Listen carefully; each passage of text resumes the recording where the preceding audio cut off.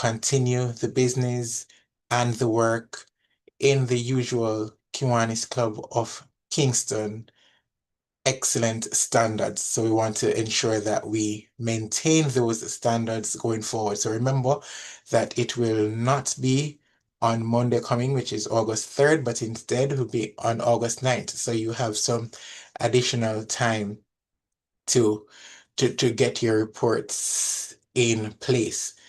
At the next feeding at the Mary Atkins shelter, we are hoping to be able to make some donations of clothing. So we are inviting you, if it is that you have slightly worn used clothes that are in good condition that you'd want to donate to the cause, you can speak to me or any member of the Kiwanis Club of Kingston.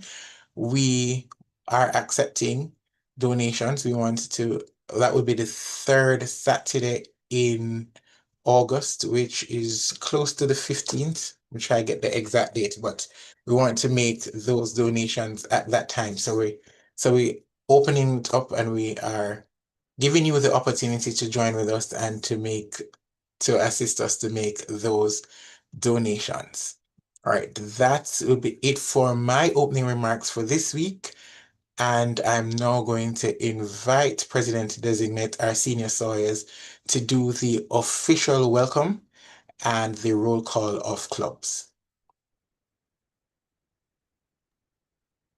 Good evening again, everyone. On behalf of President Zuri and the members of the Kiwanis Club of Kingston, it is my pleasure to welcome you all to another meeting.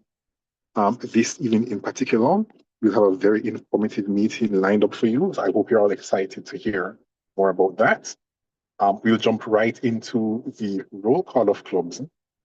Do we have any visiting clubs with us this evening from outside Jamaica? Yes, I am from Barbados. Hi, welcome.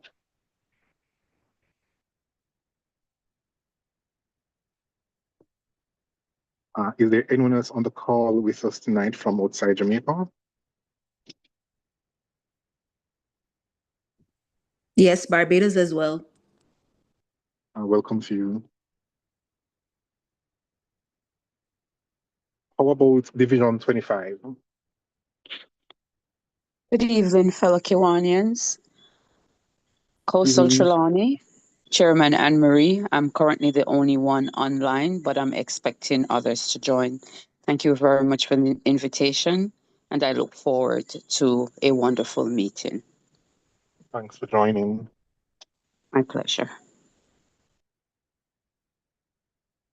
Good evening. Good evening, fellow Kiwanians. This is Secretary Lorraine from Division 25 Online Jamaica. And online with us tonight, I have 3 members, Director Newton, myself, and President-designate Denise. It's been a pleasure. Looking forward to your invitation, and we look forward to a very informative night. Thank you once again. Thank you for joining.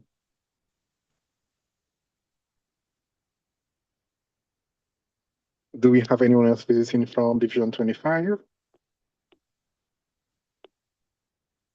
If not, we'll head over to Division 24.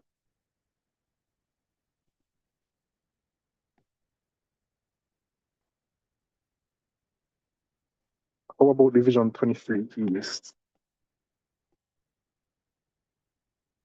Good evening from, this is President Tamara from Cyber Connect. I wish you to have a fabulous meeting. I have with me a delegation of 1, Loy Spence. But I wish for you a good evening. Thank you. Thanks and welcome.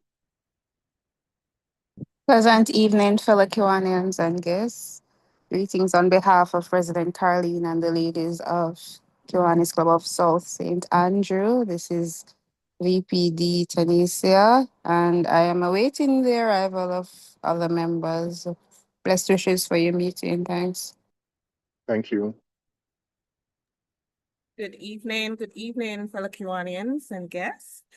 This is Chair Marlene from Kiwanis Club of New Kingston. I bring you greetings from President Veronica and the entire KCNK family.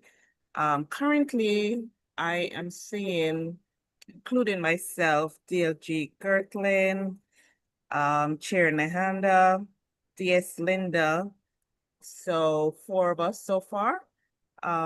Wishing you a great meeting and thank you for the invite.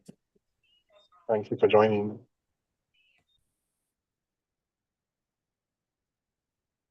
Anyone else with us from 23 East? If not, we'll move over to Division 23 West.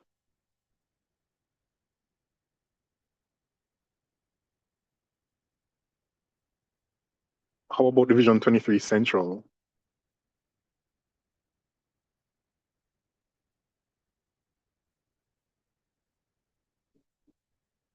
Okay, if no one from West or Central, do we have any SLPs on the call with us tonight?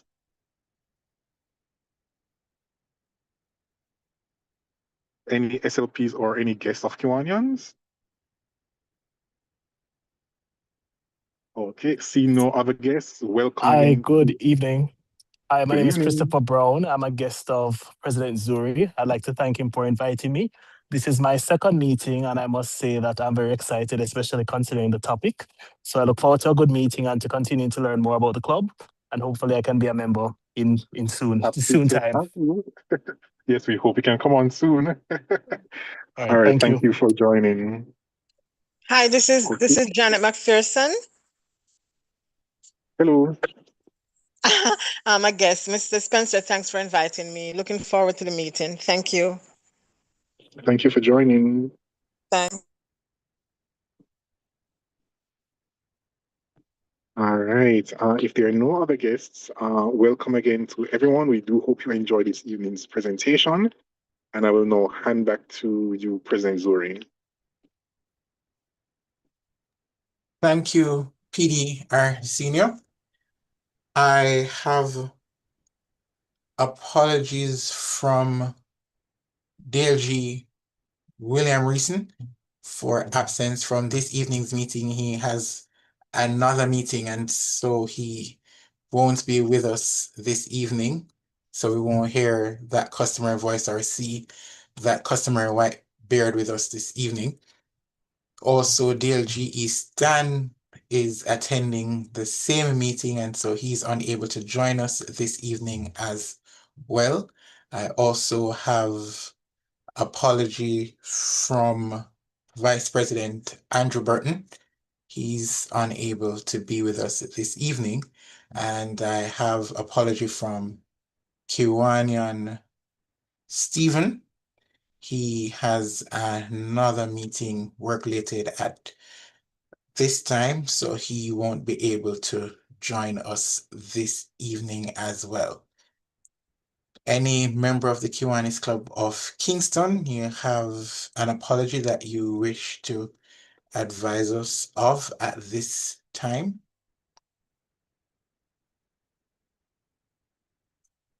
Going once, going twice, going 3 times. Oh, I was told you would not be here. Okay. All right. So great to have you, Kiwani and Stephen. So we're withdrawing that apology. He's actually online. Thank you, sir. But now we're going to go to the celebration of birthdays and anniversaries, and to lead us in those celebrations, well, or just to notify us of the persons who will be celebrating in the upcoming week, invite President-designate Arsenio Sawyers to do the birthdays and anniversaries recognition. Good evening again, all. This week we have one member who is celebrating a special day, and that is PC George Gillins, who celebrates his birthday on August 1st. So happy birthday to you, George, when it comes. If there is anyone else on the call who'll be celebrating a special day this week, whether birthday or anniversary or any other special day, feel free to open your mics and share with us.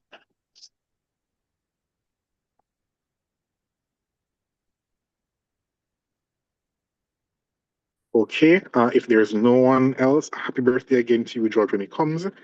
And I will now hand back to President Zuri. All right, thank you, PD Arsenio. We will now have Kiwanis Education, and Kiwanis Education this week will be done by Dale G. Desmond. Thank you. Thank you, President Zuri. Good evening, fellow Kiwanians and guests. My topic is suggestions to revitalize our Kiwanis Club or the Kiwanis movement, the wider Kiwanis movement.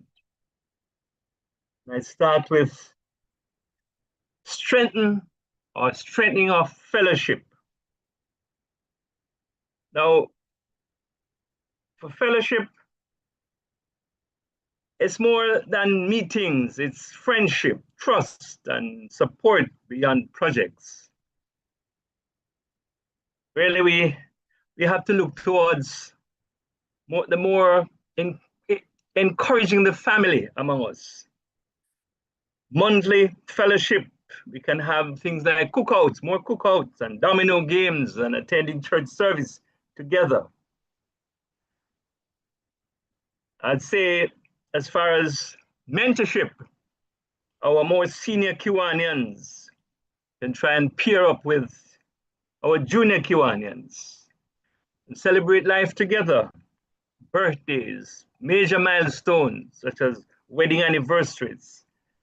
We need to get more involved, because the more united we are, the better our projects will be, more successful our projects. And of course, that kind of a fellowship that will continue, as you said, beyond the projects. The key here really is that people stay where they feel loved. They'll be together. Grow membership. We look towards family service days, having the children together, grandchildren. And so this is what we'll also encourage in bringing us back together to strengthen our club and strengthen the movement. I want to say also, give new members leadership positions. Don't take 5 and 6 years and so on. But as early as possible, when we see persons with the capacity, the potentials, we encourage them and encourage that kind of a succession within our movement. Finally, I'd say, do 1 to 2 major projects per year. We don't have to do so many projects, and do them well. Try and partner with schools, with churches, with businesses. Share our story with photos and on social media. The key really is that the community should really know what we're doing as Kiwanians. And finally, I would say, we need to do these 3 things: love each other, welcome new members, and serve impactfully. And I strongly believe that if we do these things, Kiwanis will thrive for the next generation. Thank you, President. Thank you, Dale G. Desmond. And just so my Kiwanis family know, I love you all, and that is why we try our very best to ensure that we have very interesting topics at our meetings to keep your minds stimulated.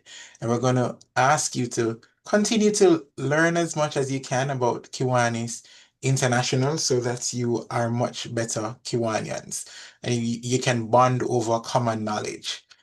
It's now time for South Africa, Afrophobia, state capture, and ethnic nationalism, a reflection today. Quite a mouthful. But I'm now going to invite DP Stewart to do the introduction of this evening's guest presenter. Thank you, President Zuri. Just confirming everybody is hearing me. We are hearing. Okay, thank you. Loud and clear. Great. Well, fellow Kiwanians and guests, this evening we have with us Professor Anthony Bogues.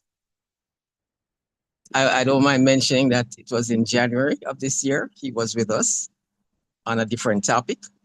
I think it was Caribbean sovereignty. And, we invited him back to tackle a different subject this evening. So Anthony Bogues is a writer, scholar, curator, and the author/editor of 11 books and over 100 articles in the fields of African and African diasporic political thought, theory, African and African diasporic intellectual history, and Caribbean art. And may I add, more recently, he has become a film producer. He's currently working on this is what he told us the last time he was here. So I'm not sure if he finished that manuscript, but he was then working on a manuscript titled Black Critique and co-editing some of the unpublished writings of Sylvia Wynter. He's writing a series of biographies, one of them on the Haitian artist Andre Pierre, and another on the life and times of Michael Manley, as well as on CLR James. He's also completing an intellectual biography on the Caribbean theorist Sylvia Wynter, as well as working with the Haitian artist Edouard Duval Carré and the curator Kennedy Jones on an art historical book on the Haitian Revolution. He is the Asa Messer Professor of Humanities and Africana Studies, a professor in the Department of History of Art and Architecture at Brown University, as well as a distinguished visiting professor and curator at the University of Johannesburg, South Africa. He's also a professor at large at the Africa Institute in Sharjah, and he has been a visiting professor at the London School of Economics and Political Science, as well as the Free University of Amsterdam. He is the convener of the UNESCO project, Mapping Global Anti-Black Racism, and was most recently the curator of the art documentary, This Life, Black Life in the Time of the Now, which premiered in December 2023 at Art Basel in Miami. He is the producer of 2 other film documentaries and the inaugural director of the Ruth J. Simmons Center for the Study of Slavery and Justice at Brown University, where he has received numerous awards for his scholarship and research. Professor Bogues has curated or co-curated art shows in the Caribbean, South Africa, and the USA. He was recently awarded an honorary Doctor of Literature from the School of Oriental and African Studies, SOAS, University of London, for his substantial contributions in the fields of African and African diaspora political thought, intellectual history, and Caribbean art. He received his PhD in 1994 in political theory from the University of the West Indies in Jamaica. He is also an associate editor of the Caribbean Journal, BIM, and sits on the board of the Center for the Arts, Port-au-Prince, Haiti, and a member of the editorial collective Boundary 2. He's also the co-convener and co-curator of the Global Curatorial Project, a curatorial and exhibition project on the global history of racial slavery and colonialism, I may add, with the National African Museum of History and Culture at the Smithsonian. I hope those have not been removed by, I heard some stuff going on, so I hope those have not been removed. The exhibition opened in December of 2024 in Washington, D.C. And it is therefore my pleasure to say welcome again to Professor Anthony Bogues, and let's give him a welcome as we look forward to what he has to share on South Africa. Thank you. Thank you. Can you all hear me? Yes, yes, I'm hearing you. We're hearing you. Good. All right. Well, thank you very much, Mr. Stewart. Thanks very much, President Zuri Johnson, for inviting me along with Mr. Stewart. And thank you all very much to coming out today to tonight or this evening to listen to me talk a bit about South Africa. The subject of South Africa today is one that is sensitive, but one that is also critical. And it is critical for Africa and the peoples of African descent globally. It is critical for many reasons, but I just want to illuminate or talk about a few of them. One of the reasons why it is critical really has to do with the place of South Africa, both in global politics and the imaginary of Black people in the 20th century and in the early 21st century. Up until 1994, everybody in this room would know that South Africa was the last bastion of the European settler colonial rule and of a certain kind of racial authoritarianism that was called apartheid. For us in Jamaica, it was critical because we boycotted, we did sports boycott. And in that sports boycott, many of you may remember, those of you who follow cricket, that we lost one of our best batsmen, Lawrence Rowe, perhaps the most talented batsman from Jamaica for many years, because he decided that he was going to go and break the boycott. And therefore, we lost him to international cricket. South Africa was, and the struggle against apartheid was also important as inspiration to many of our musicians. You may recall Peter Tosh's music, song Fight Against Apartheid, or you may recall Hugh Mandel's Africa Must Be Free. As well, there were numerous organizations, not just in Jamaica, but in the Caribbean, Anglophone Caribbean, that were formed, that were involved in the struggle against apartheid. Jamaica's support for the Cuban troops in Angola in the 1970s, when NATO, the MPLA president, asked the Cubans to help them, was a cause for disturbance and difficulty between us and the North American government at that time. You may recall that the NATO, the MPLA, asked the Cubans for troops to help them fight because the South Africans were coming north. And what was important was that the South Africans wanted to make sure that there was no independence in Angola, because they felt that essentially would begin to give them trouble in South Africa with their Black population. What that meant, as we solidarized with the Cuban troops who were fighting on the request of the MPLA, fighting the South Africans, is that that began a process of destabilization.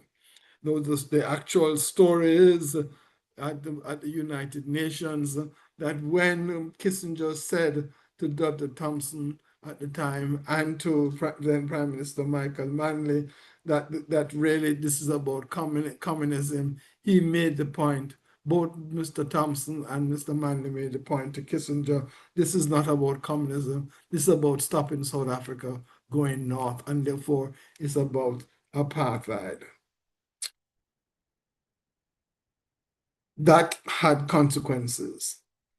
This other thing I would want to mention is that the 1994, and why this is significant, the 1994 April democratic election brought to South Africa great hope and expectation. expectation that South Africa would become a major player in geopolitics, and quite frankly, it has.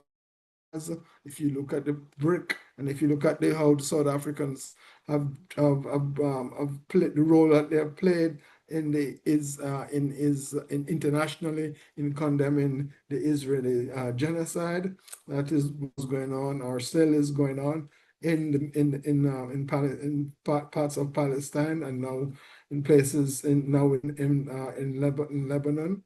But it was also important because many of us felt that South Africa was able now to build a new society, and what was called the Mandela effect. Mandela himself, a remarkable political figure of the late 20th century, one of the most important historical Black figures, African figures of these times. All these were hopes of that in South Africa in 1994. Hopes that were expressed in the long lines, election lines, that I saw when I went to South Africa as an election observer. What I've written about that is the following. But I've never seen anything like this, I wrote.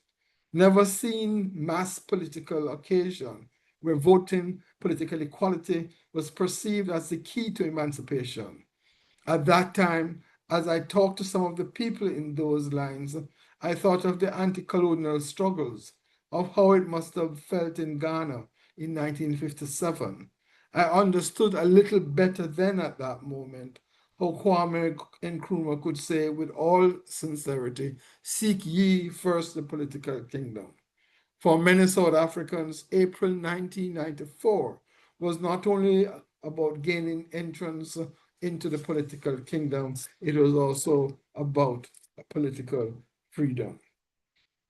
These never-ending lines, and I mean, they were absolutely extraordinary, were lines in which old people, young persons, peoples with disabilities, men and women were essentially lined up for hours as they thought that being able to vote for the first time in their lives would now mean the end of the racial authoritarian regime of apartheid, and usher in a new state, that is the post-apartheid state, a state that would overturn the secular state and the secular colonialism rule of the white settlers and at that time. One of the things that happened, though, is that this particular, what was ushered in, one of the things that was ushered in was the liberal constitution of South Africa. South Africa has the most liberal constitution in the world. One element of this liberal constitution is the fact that it allows for all the 12 languages of South Africa to be spoken without any difficulty. In other words, that the constitution allows the different groups from Afrikaners to people who speak English, people who speak Zulu, allow those languages to operate simultaneously in the country. For those of you who don't know, the country has a population of about 65.4 million people. It is a city in which it's a country in which one of the major cities in it, Johannesburg, has been called the City of Gold. It is a country in which KwaZulu-Natal is one of the 9 provinces. Is a space which is deeply agricultural, and which there is a significant Indian population. That's a certain experience with the Caribbean, similar to the Caribbean, that at the end of slavery, the Indian population was brought in just like they were brought into the Anglo-Caribbean. And then in one of the provinces in the Western Cape, where Cape Town exists, it has a vast indigenous population called the Khoisan, and then it has wine estates in places like Stellenbosch.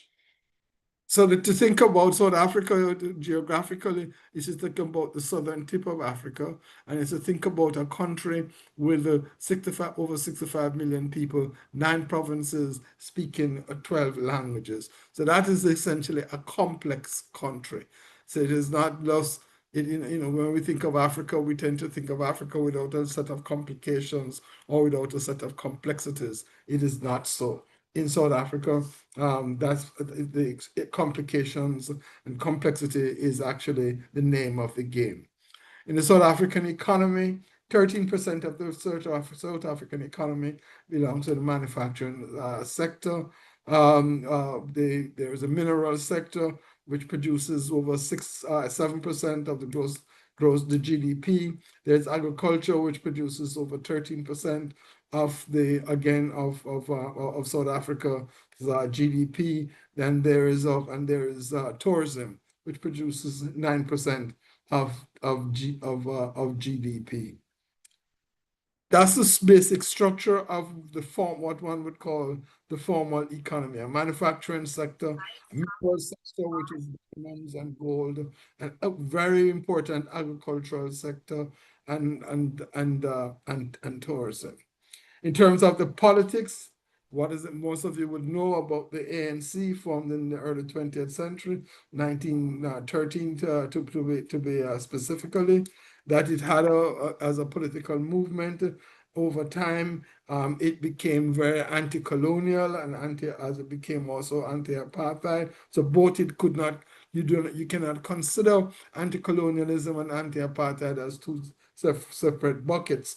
And one of the things that's important that I would want to bring to your attention is a speech made by Mandela in 1958 in Ghana, which was chaired by Kwame Nkrumah and George Padmore from Trinidad, in which the discussion was around whether or not violence should be used or whether or not constitutional means was the only way in which they should deal with the apartheid regime. It was at that meeting in 58 that the decision was taken that there should be an armed wing of the MPLA. Importantly for us in Jamaica and the Caribbean, and the early influence of the nationalist movement of the ANC was the UNIA, particularly the Union movement. Very importantly, when you look at the formation of the union movements in the Western Cape and specifically, you would see heavy influence of the GAV movement, and it is something that we need to think about as Caribbean people. The influence of the GAV movement, influence of Caribbean figures on African struggles, particularly anti-colonial struggles. The ANC is an extraordinary political movement, certainly at that time. Then one would see it was basically an alliance of radicals, people who were communists and people who were socialists, as well as people who were nationalists. You think I'm thinking of people like Chris Hani. I'm thinking of people like Joe Slovo, who was the first minister, a Jewish man who was the first minister of housing in South Africa after 1994. And therefore, if you think about this is a political alliance, so it wasn't just the ANC, there's a political alliance of communists, and then of outside of the ANC, organizations like Black Consciousness, as well as United Democratic Fronts, and also organizations like the Pan-Africanist movement. So that therefore what you are seeing as that the picture I'm painting is of an authoritarian secular colonial state, the struggles against it, the way the economy is structured today, but the structures of the economy has not changed much, and we can talk about that in question time. But also to try and say to you that come by the time you got to 1994. Internally, you were at a moment, or the country was at a moment where apartheid simply had to go. One of the fascinating things that happened, and one of the most important conversations I ever had in South Africa was as an observer, listening to the Botha, the then foreign minister of the regime, in a very late night meeting, and all these meetings were late night in South Africa, saying to us, the members of the observer team, then led by then led by Michael Manley, he was no longer prime minister, in which when we asked them the question, why did the Nationalist Party, who were the architects of apartheid and from 48, why is it that they were now advocating, or they were on the side of the anti-apartheid movement? And his response was very clear. He says, we have reached the furthest that we can develop with our economy internally, because remember sanctions. We cannot go outside. Our economy cannot develop much further if we do not move from apartheid and have a form of anti-apartheid society, because we cannot then trade with Africa. And he went on to say that for him and for the members of the Nationalist Party and for a white elite, that Africa was a market, but that because of apartheid, they could not go into that market. And therefore, it was not a tactical decision, it was a strategic decision on their part to think about how to end apartheid.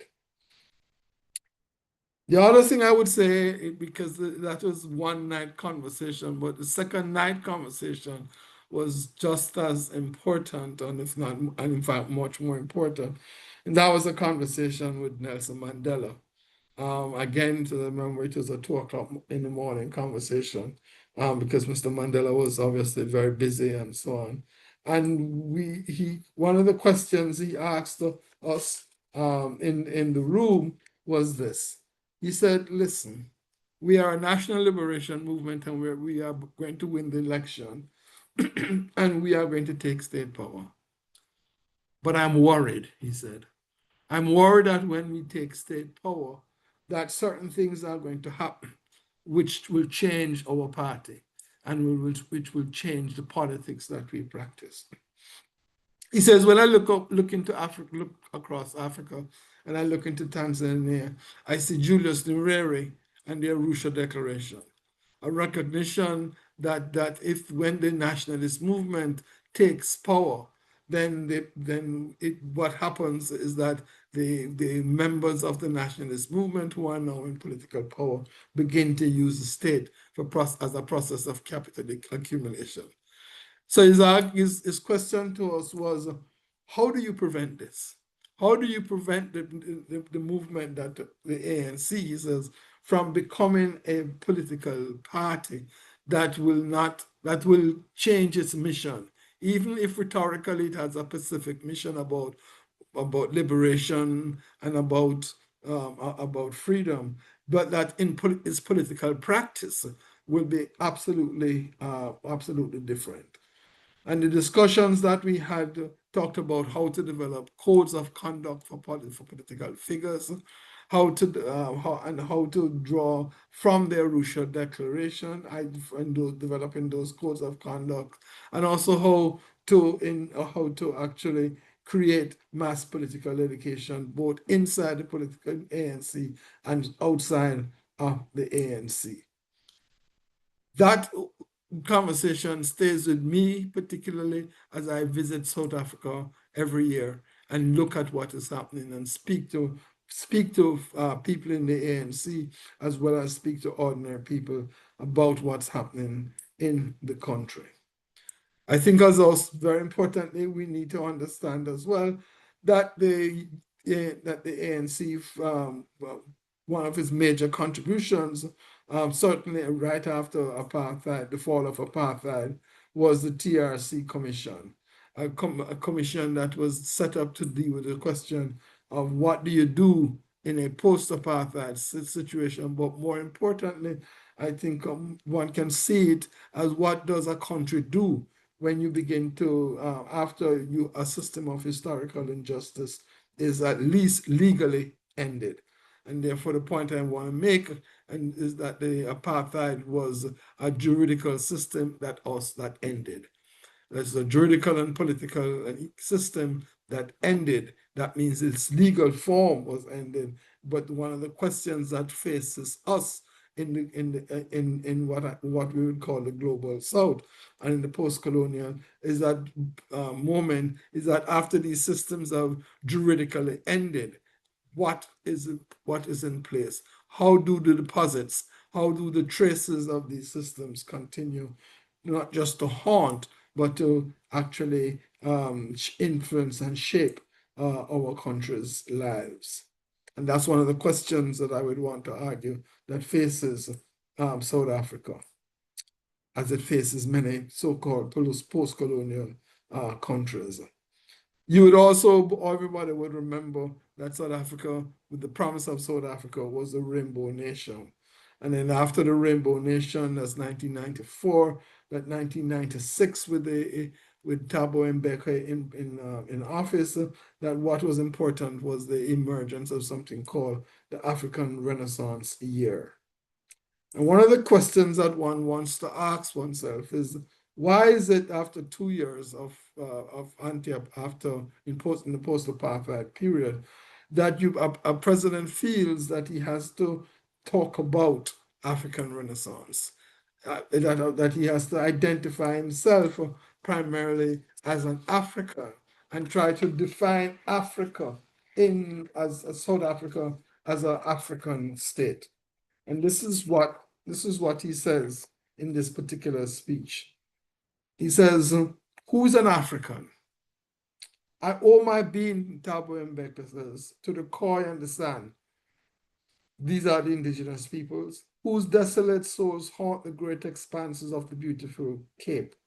I am formed of the migrants who left Europe to find a new home in our native land. Whatever their actions, they remain still part of me. In my vein courses the blood of Malay slaves who came from the East. I come from those who were transported from India and China. All these people, he goes on to say, in the knowledge, I recognize them in the knowledge that no one dared to contest the claim that I am an African. Why is this particular speech important? This particular speech is important, I think, because one of the things about apartheid ideologically was the creation of something called South African exceptionalism. That is, that South Africa was an exceptional place. It was an African place. So you look out of South Africa, look across the borders of South Africa, and you look at those borders and you saw those people who were African. But we were not. We, the South Africans, were not. And I think that's important, because what then Thabo is trying to do from 96 is actually what? Is to dent that apartheid ideology, is to make a dent in it, is to begin to create a different narrative about South Africa as Africans, not South Africans as the exceptional place in Africa itself. And there's a way in which we have to, we ourselves think about South Africa as a kind of exceptional place, because that's also how we were taught. Many of you in this room may not know that South Africa was a slave society. That when Van Riebeeck, the Dutch ship person who, using our Jamaican language, buck up on the Cape, he had one Angolan slave with him, and that the Cape Town became a slave society. And not just Cape Town, but the Khoi and the San and other indigenous peoples themselves went into forms of servitude. That slavery was abolished just like in the Cape, Western Cape, just like it was in Jamaica in 1834 with the apprenticeship system, and then formally in 1838. But what is important, I think, is to understand that when you begin to look at the laws at that point in time, the laws in the 19th century, the laws of the Afrikaners, because that's what the Dutch were called, they actually constructed a racial order in which the people from China or the people from India were actually considered Black.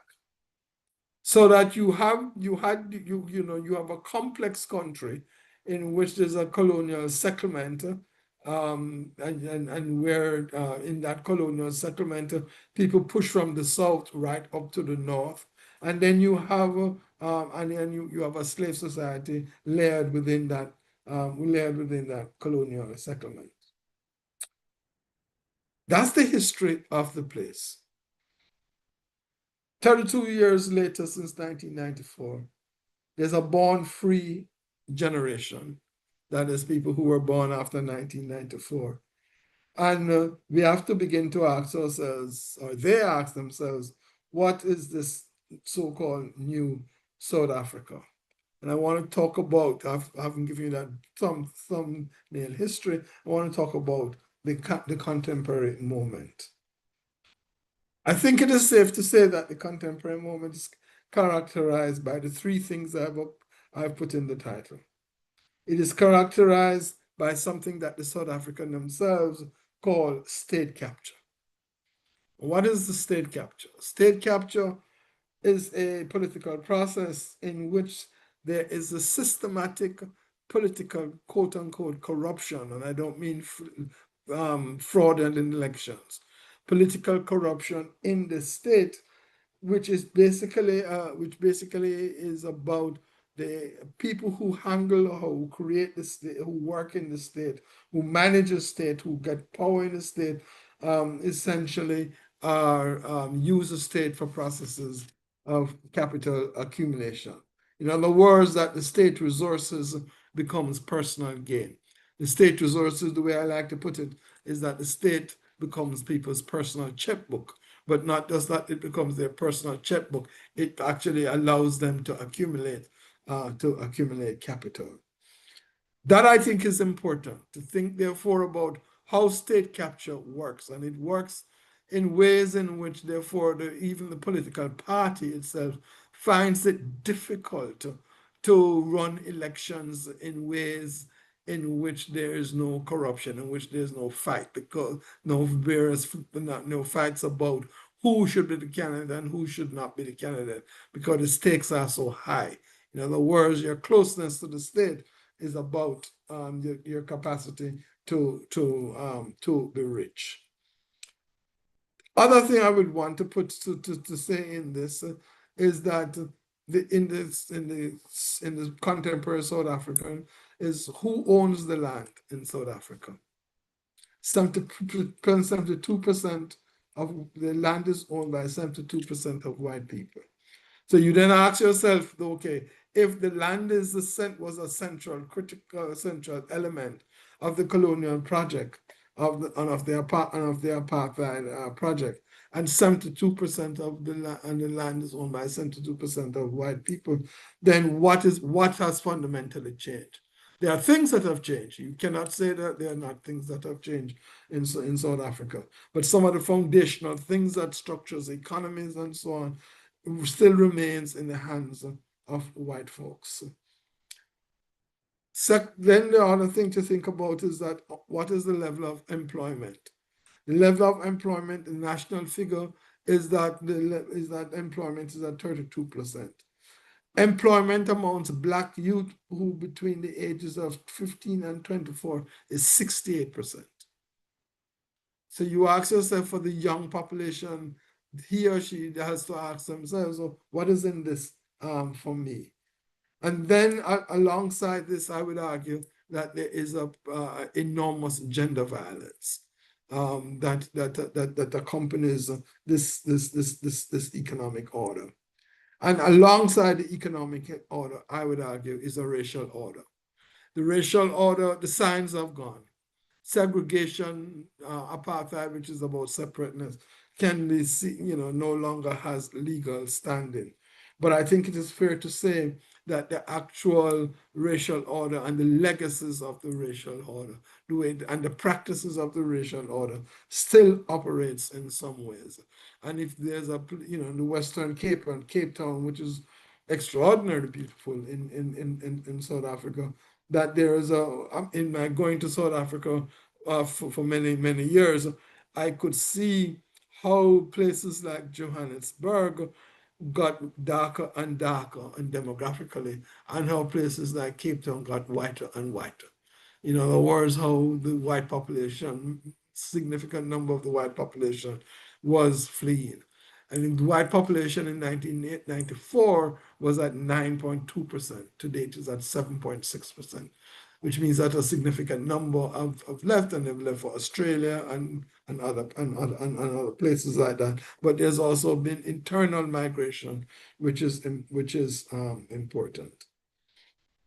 So that if you have a situation contemporaneously in which the state resources are being used for capital accumulation by a political elite, where land is still is owned by the vast majority of white people, 72%, where there's still a racial order that operates, even though it doesn't operate legally and juridically, where unemployment is a high of 32%, and for black youth it is over 60%. Gender violence is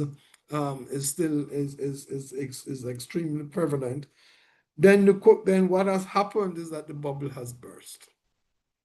In other words, the bubble that was set up there for us after 1994, in which we believed certain things were going to happen, what I like to call the Mandela rainbow bubble, all of that has begun to burst.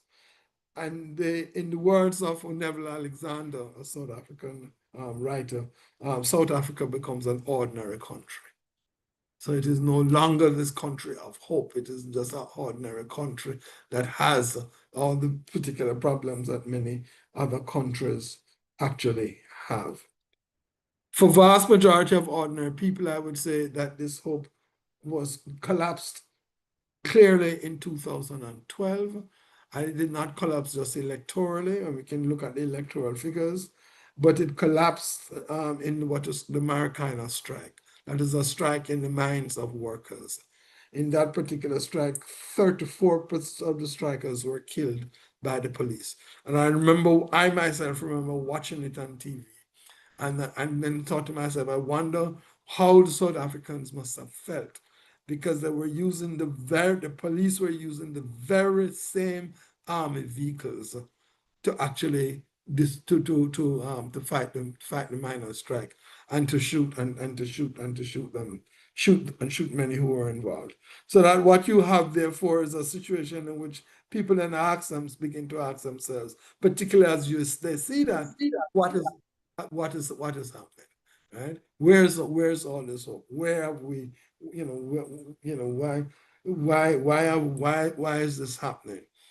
Given also the role, and I haven't talked about it, but given also the central role of the miners in the economy, and the way in which places like you would have heard, like Soweto and so on the outskirts of Joburg, were actually set up. Townships were actually set up because of the movement of miners from all over Southern Africa into working in these mines, both coal, diamond, and mineral mines. It is in this context, I would argue, of the South Africa becoming this ordinary country, that you begin to get the emergence of what some of us are calling, or some people are calling, Afrophobia.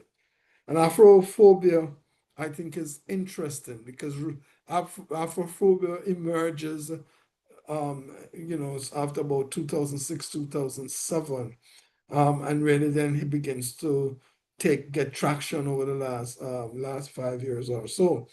But it is a movement in which now is led by March, which we will talk about. But what is interesting is that as Afrophobia begins to take hold in South Africa, ideas of African Renaissance decline. And there's something that South Africans used to call Afropolitanism also begins to decline. And Afropolitanism was about what some people have called an African way of being, late 20th and early 21st century Ubuntu. That is about freedom.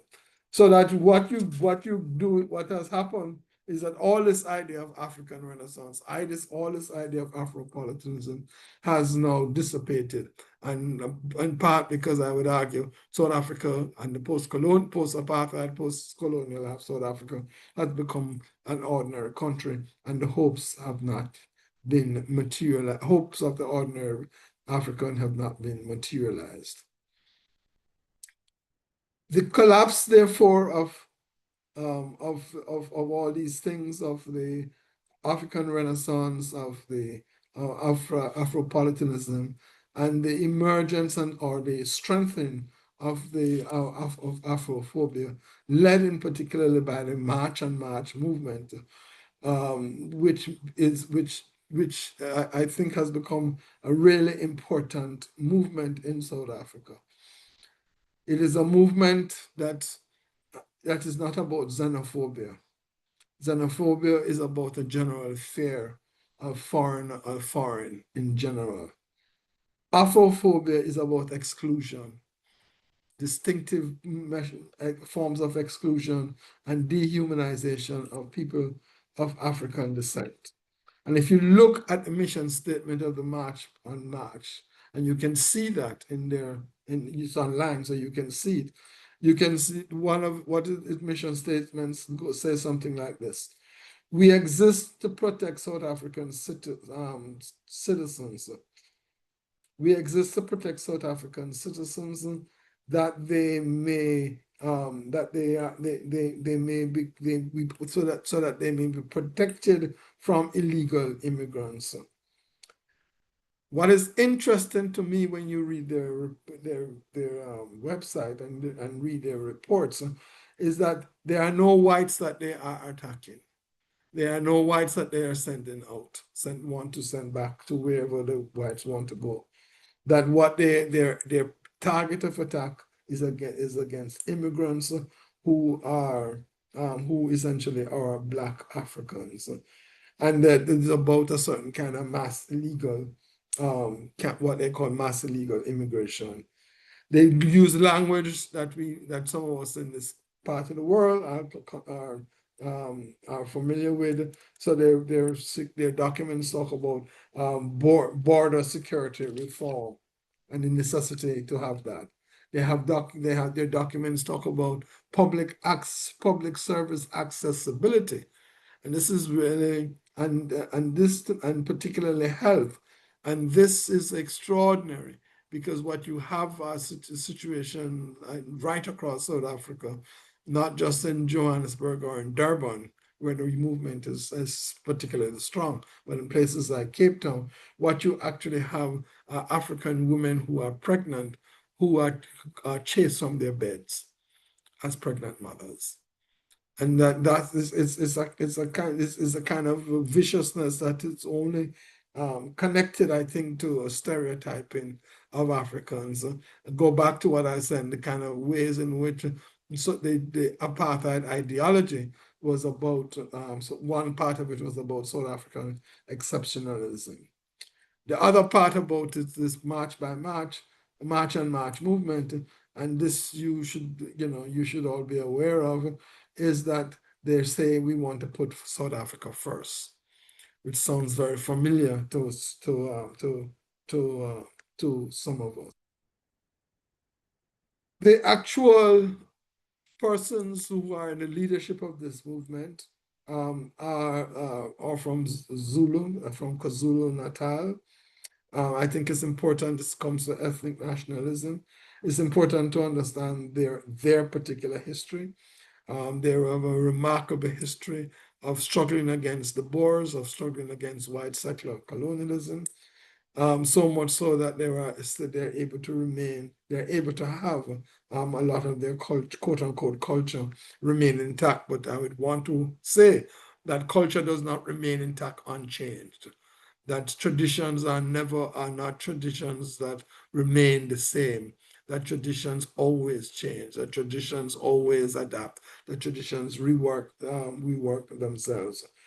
One of the difficulties of thinking about Zulu, and the Zulu is isiZulu is the largest spoken language in South Africa, is that we should remember their role in the apartheid movement, in the anti-apartheid struggle.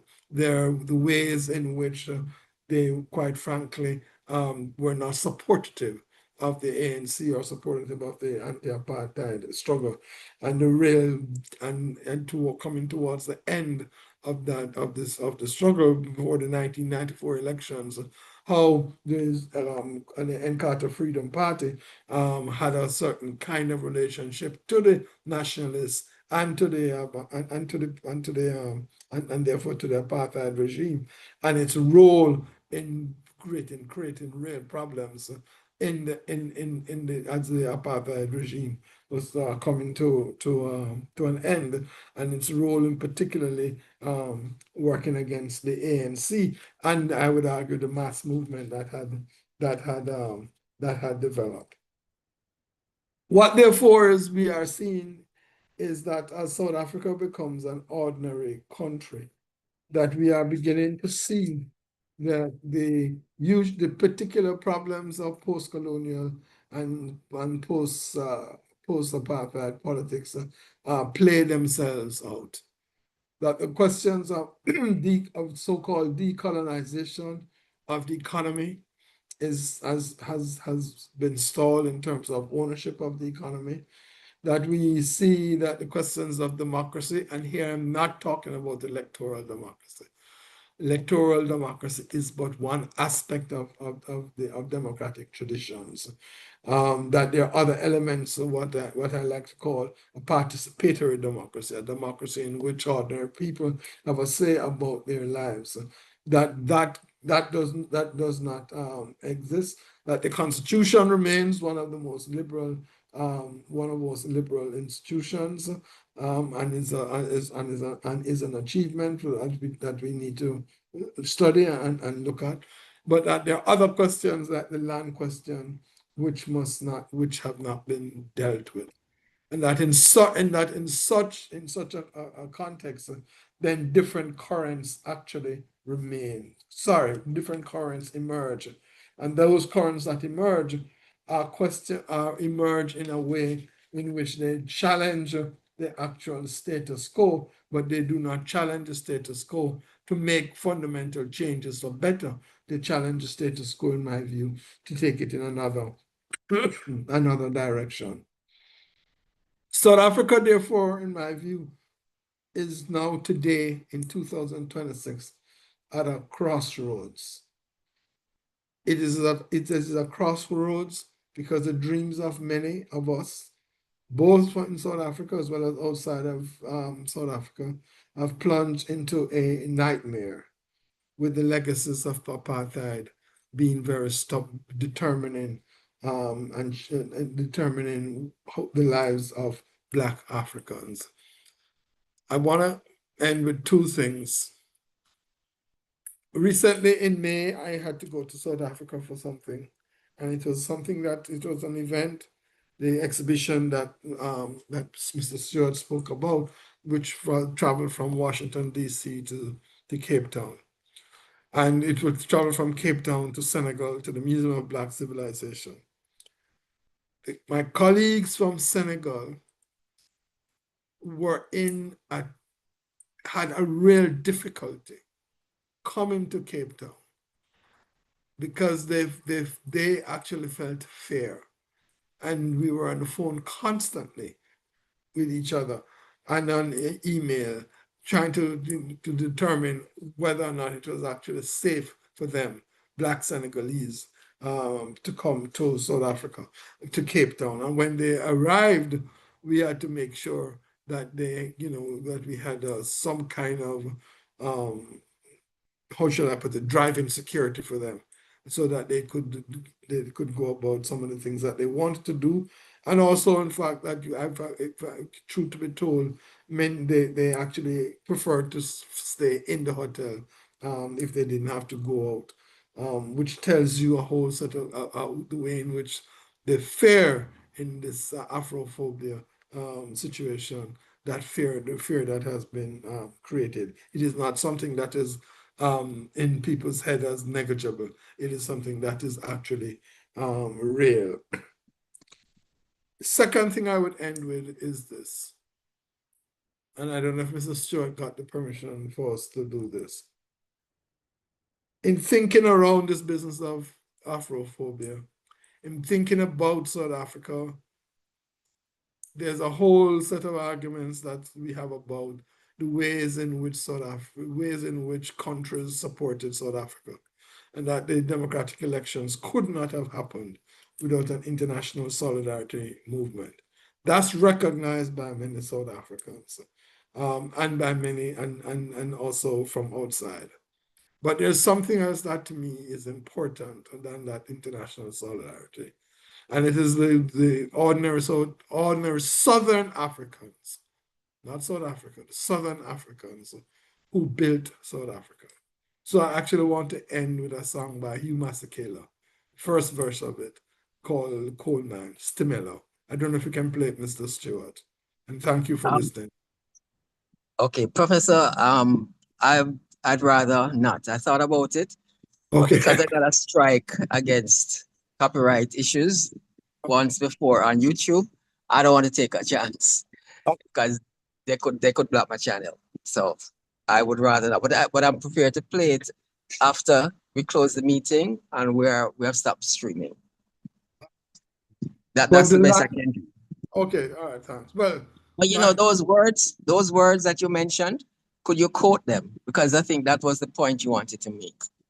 The words that it says, you know, the song ends with there's a train, you know, there's a train that comes from Malawi, there's a train that comes from Zimbabwe, there's a train that comes from Mozambique, from Botswana, from Lesotho. And then this train is the workers and the people of these countries that go into work in the coal mines and the gold mines of Johannesburg. And you know, and he says, you know, he calls it the choo-choo train. And it's only, you know, and when he does it, he blows his horn as well. So it is a remarkable song, but to me, what it is a song that recognizes the ordinary Southern Africa, people who have actually built up South Africa. And so when you are in a position today in 2026 of saying people to go home, it is not just about solidarity. It is about that you're returning or throwing out of your country and another set of Africans who have actually helped to build your country. Thank you very much for listening to me. Thank you, Professor BOGUES. Very, you know, insightful and covered a lot of ground. President, would you like to do the extension now first before we go into the Q&A? Yeah, and I'm going to ask that we limit the Q&A to about 10 minutes. And then if Professor can stay with us, then we take the other questions and further discussion after we've closed the meeting. And then we can listen to Hugh Masekela, right? Yes, we can at that time. Right. So may I have a motion for extension of time of about 15 minutes to wrap up our meeting? So moved. Seconded? Seconded. All right. So, and I'll just say the ayes have it. All right. So at this time, I will hand back to you, DP Stewart, and you will lead the Q&A, 10 minutes. Okay. There, I noticed one of the things that you said, Professor, where there was an admission. I'm looking for the actual space where you said it, but it had to do with, oh yeah, the structure of the economy has not changed. It is an admission of that. And I want to ask you, because in light of what is happening in Africa, not necessarily South Africa, but in Africa, mainly in West Africa, in the Sahel, and so on, with the formation of the AES and so on, they have actually made some structural changes in their economy. And although they are under constant threats from the West, you know, France has been trying a number of assassination attempts, and we're not going to leave out the US somewhere in there. But between 21 to 22 and up to now, they have survived and are making significant changes. I'd like to know, how do you, right now, because of the structure of how South African politics, I cannot imagine this happening there. But I'd just like to ask you to see if, how can things structurally change in South Africa?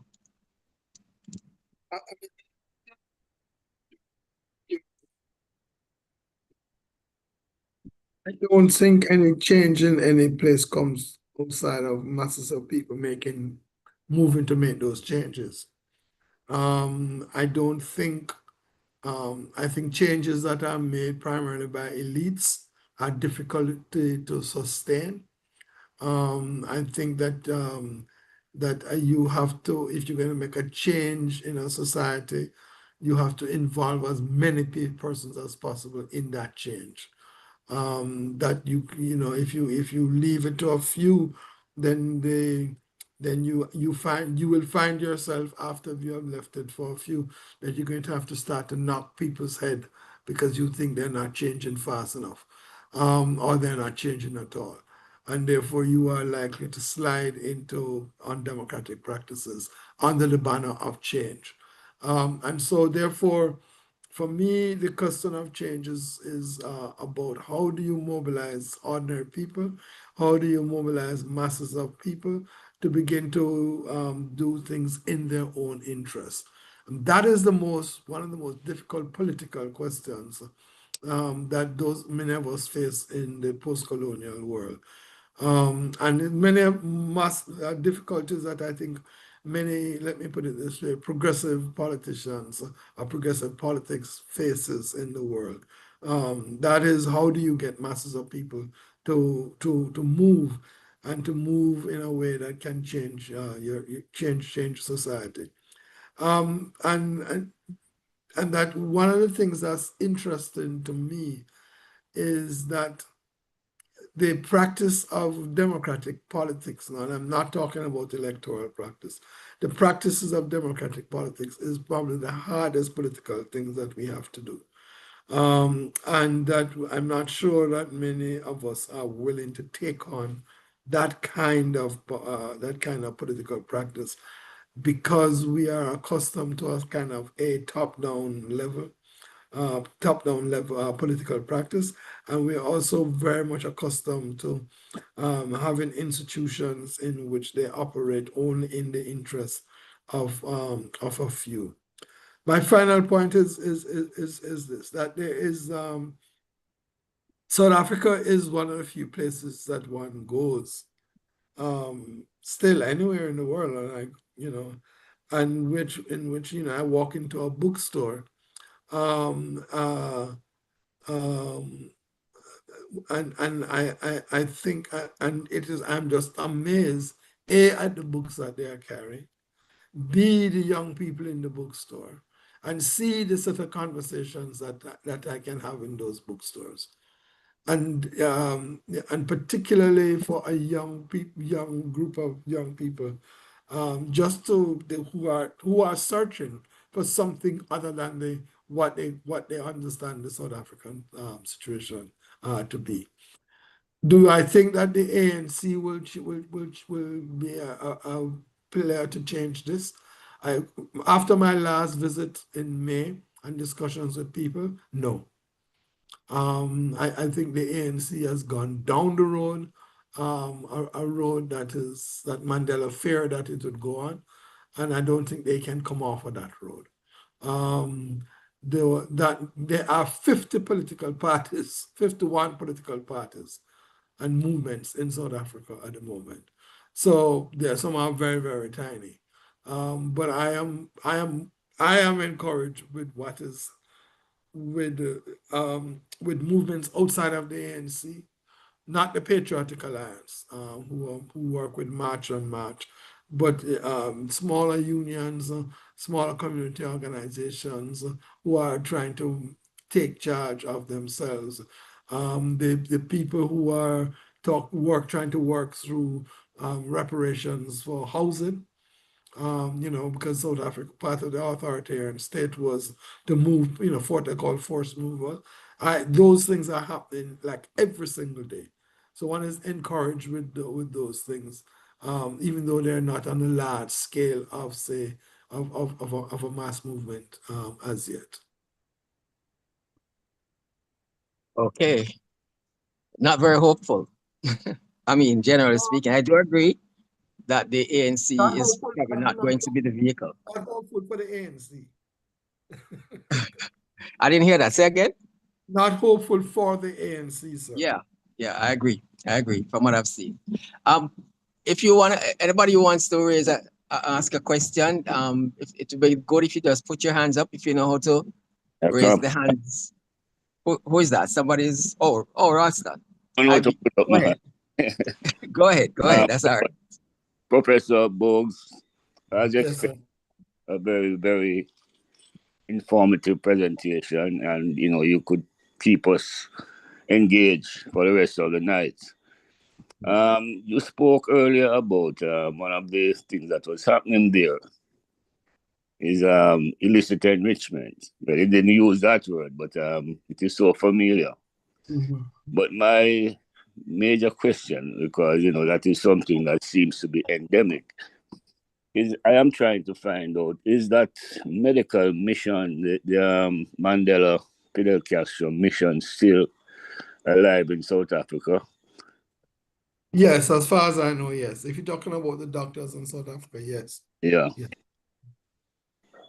So in many ways, we are traveling along a similar road in terms of the development of Jamaica compared to South Africa.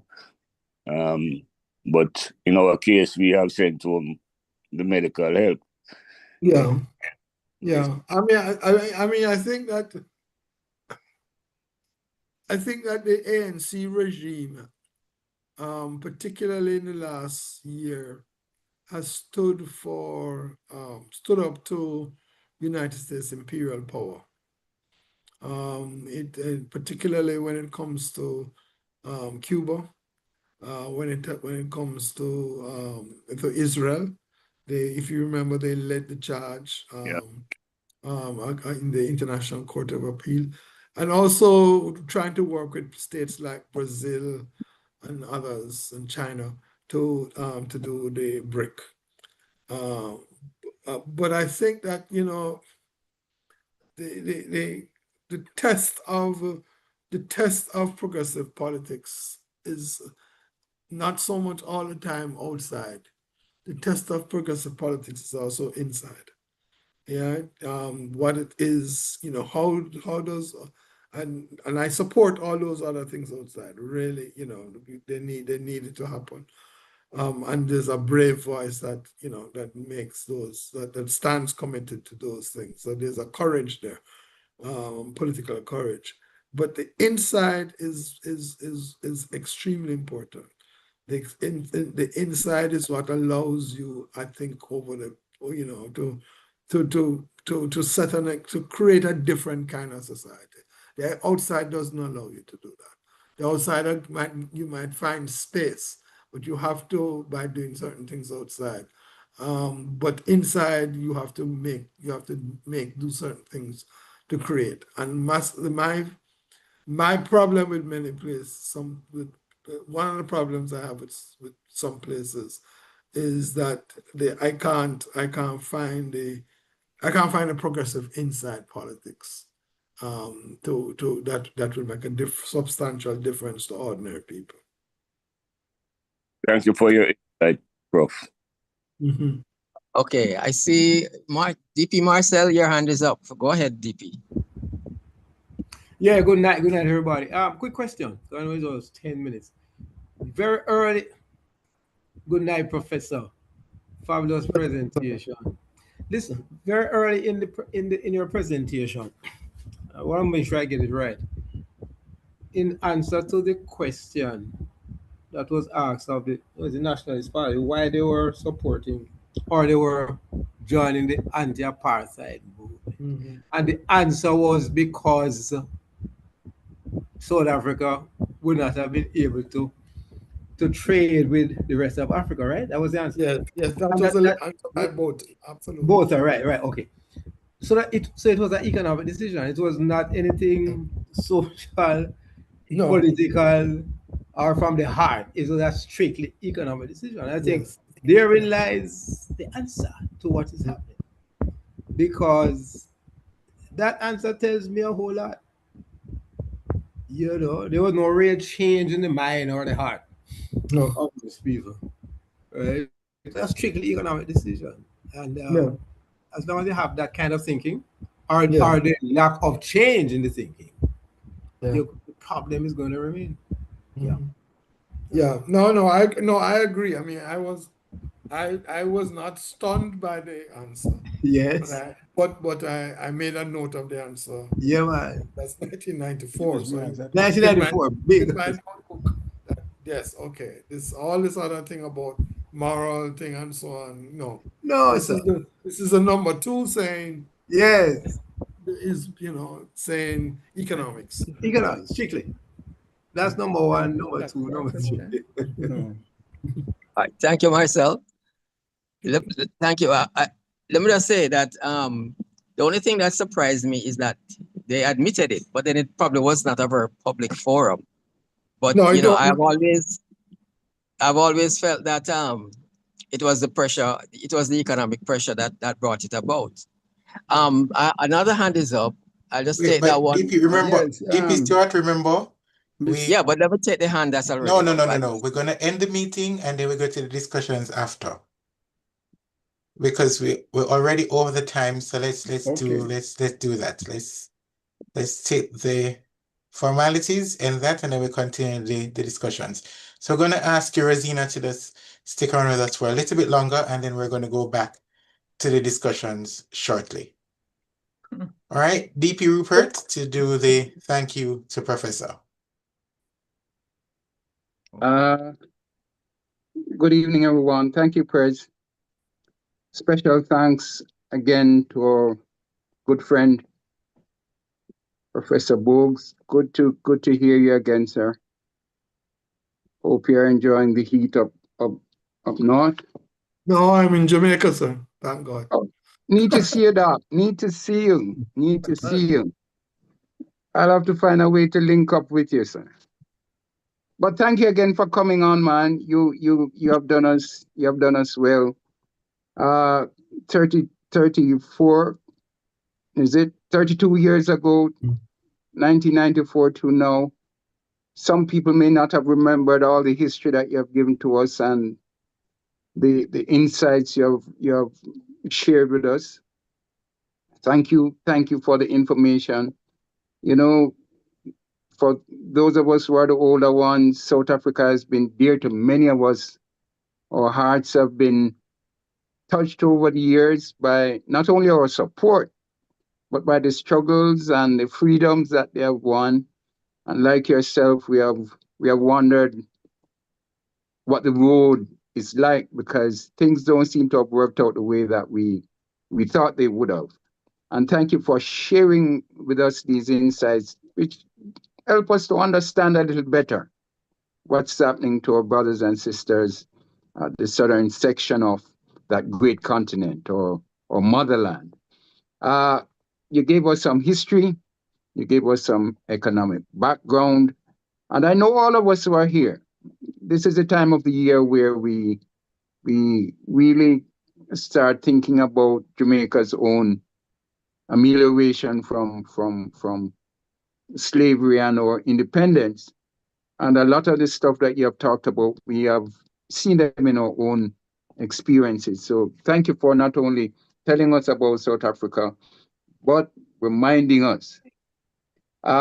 Jamaica was one of the great supporters of the liberation struggle, and we got our own slack for that. Thank you for reminding us of that. And those countries around South Africa and our neighbor up north. And when I say up north, immediately north of us, Cuba, that did so much for South Africa and the other nations, Angola, Mozambique, if we remember those struggles too. So Prof, you'll finally get to see what we have for you. Oh, Stu, okay. DP Stewart, he has to find a way and to get these certificates. I think it's two of them we have for you now. Mhm. And Thank you very much. when you look at them, and I'll get your contact from DP Stu. When you look at them, I know you're gonna put them at a very special place. And Yes, I will, sir. if we had ex officio members, well, we would certainly get you something before you go, so that you can walk around the Kiwan with the Kiwanis Club of Kingston logo on a shirt or something. But thanks again, Doc. You have been good, and we look forward to your book, Uncorking the Bitter Truth. Yeah. Let me just interject. This is what is on the screen now is a film that Professor is the executive producer of. They're gonna have a screening tomorrow, Wednesday at 8 p.m. at the Carla Rosa, which is at 1 Grosvenor Terrace. And you know, if those of you who can make it, that's just a little above Constant Spring. So I'm putting this up for those who may wish to go. It's on South Africa. Okay, back to your Pres. All right, thank you. The notices and interclubbing opportunities, we will put those in the WhatsApp group. So we'll ask the members to just pay attention to the WhatsApp group for the notices and announcements for this week. DP Marcel, you have not been with us for a while. Do you have a thought for us? Oh, certainly, and glad to be back out of the blocks. Here we go. For every minute you remain angry, you give up 60 seconds of peace of mind. So, stay away from anger. Peace and love. Thank you, DP Marcel. With that said, and to help us to go back into the discussions, I'm going to invite you all to raise your glasses with me, imaginary, figurative, literal. Raise your glasses with me in a toast to Kiwanis International and to Jamaica, land we love. This meeting of the Kiwanis Club of Kingston is now terminated. However, we invite you to stay on so that we The end of the meeting. continue our discussions with Prof. All right, DP Stu. Okay, I just need to stop the live stream. So give me a second, please.